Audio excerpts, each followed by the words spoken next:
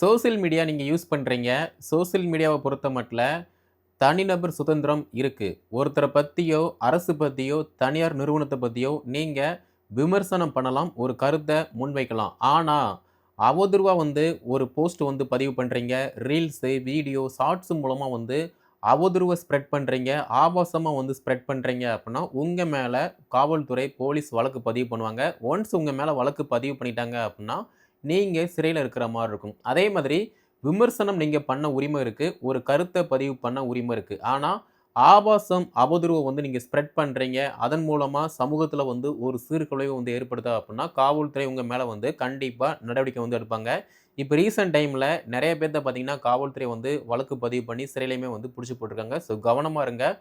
உங்க ஃப்ரெண்ட்ஸ் யாராவது சோசியல் மீடியாவுல அவங்க இஷ்டத்துக்கு ஏதாவது பண்றாங்க. அதன் மூலமா சமூகத்தில சீர்குலைவு ஏற்படுதா அப்டின்னா, அவங்களுக்கு இத ஷேர் பண்ணுங்க. மேலும் லீகல் அப்டேட் பெற சப்ஸ்கிரைப் பண்ணி ஃபாலோ பண்ணுங்க.